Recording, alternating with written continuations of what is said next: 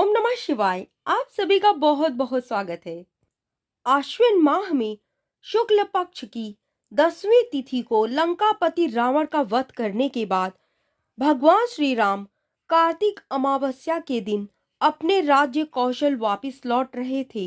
लंका से कौशल आने की अवधि में वे विभिन्न स्थानों पर रुकते हुए आते हैं। तुलसीदास कृत रामचरितमानस के अनुसार रावण वध के पश्चात जब श्री राम की अयोध्या वापसी की बेला आई तो धर्म अधर्म के इस युद्ध में उनके साथी रहे नील, जामवंत, हनुमान, सुग्रीव आदि दुखी हो गए। अपने साथियों की मन की स्थिति को भांपते हुए श्री राम ने उन्हें भी अपने साथ चलने को कहा। श्री राम और उनके साथियों की इस यात्रा में पुष्पक विमान उनका वाहन बना। कुबेर का पुष्पक विमान उन्हें वायु मार्ग से अयोध्या ले जा रहा था, किंतु श्री राम मार्ग में कई स्थानों पर रुके। सबसे पहले विमान अगस्त्य ऋषि के आश्रम में पहुंचा।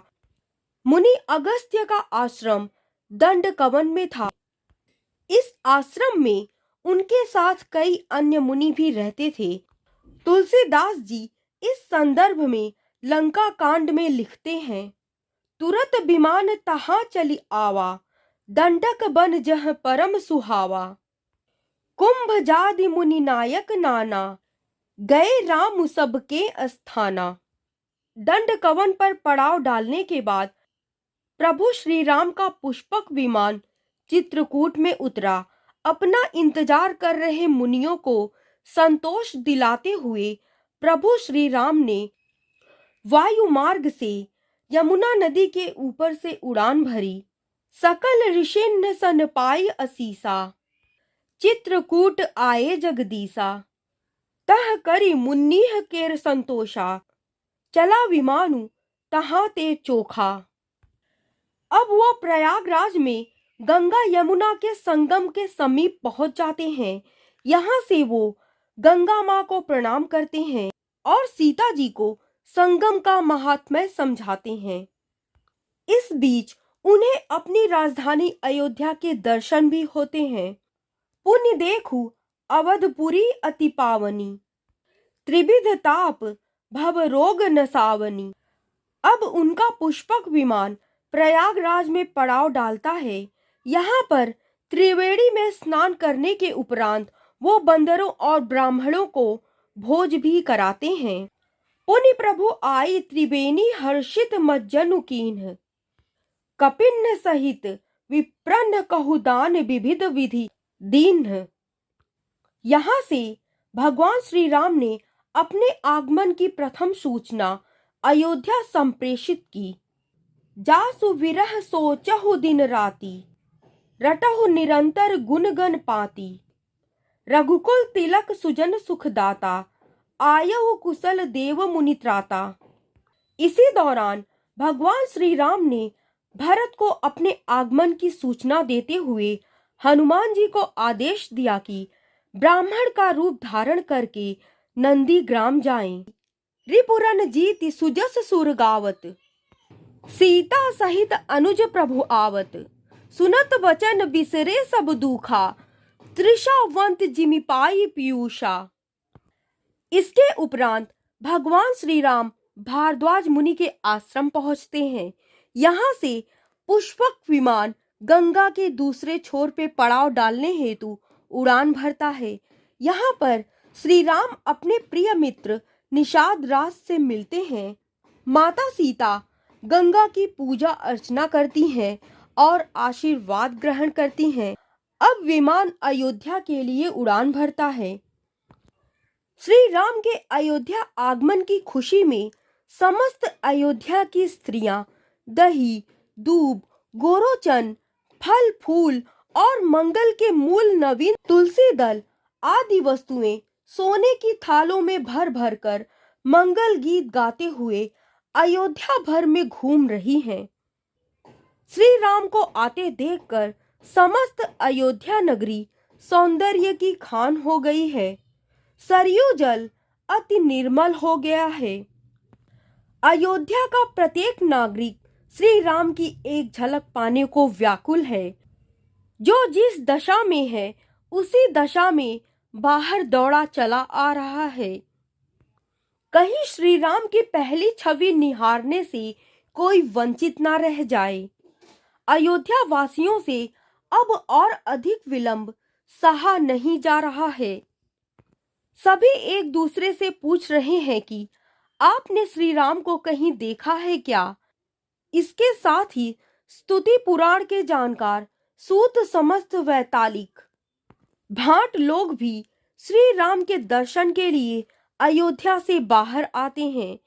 वाल्मीकि रामायण के युद्धकांड सर्ग 127 में लिखा है, सूताः स्तुति पुराणाज्ञाः सर्वे वैतालिकस्तथा सर्वे वादित्र कुशला गणिकाश्चैव सर्वशः। गुरु वशिष्ठ, कुटुंबी, छोटे भाई शत्रुघ्न तथा ब्राह्मणों के समूह के साथ भरत अत्यंत हर्षित होकर कृपा निधान श्री राम की आगवानी हेतु राजमहल के बाहर आते हैं। अयोध्या की बहुत सी स्त्रियां अपने अटारियों पर चढ़कर आकाश की ओर देख रही हैं। श्री राम के पुष्पक विमान को देखकर मंगल गीत गा रही हैं। बहुतक चढ़ी अटारिन निरखहि गगन विमान देख मधुर सुर हर्षित करहि सुमंगल गान। उत्तरकांड रामचरितमानस। श्री राम का पुष्पक विमान अब अयोध्या में उतर चुका है। प्रभु श्री राम पूर्णिमा के चंद्रमा हैं तथा अवधपुर समुद्र है जो उस पूर्ण चंद्र को देखकर हर्षित हो रहा है और कोलाहल करता हुआ बढ़ रहा है। इधर उधर दौड़ती हुई स्त्रियां इस पयोनिधि की तरंगों के समान प्रतीत होती हैं। सब माताएं श्री राम का कमल सा मुखड़ा देख रही हैं। उनके नेत्रों से प्रेम के आंसू उमड़े आते हैं, परंतु मंगल का समय जानकर वे आशाओं के जल को नेत्रों में ही रोक रखती हैं। सोने के थाल से आरती उतारती हैं और बार बार प्रभु के अंगों की ओर देखती हैं।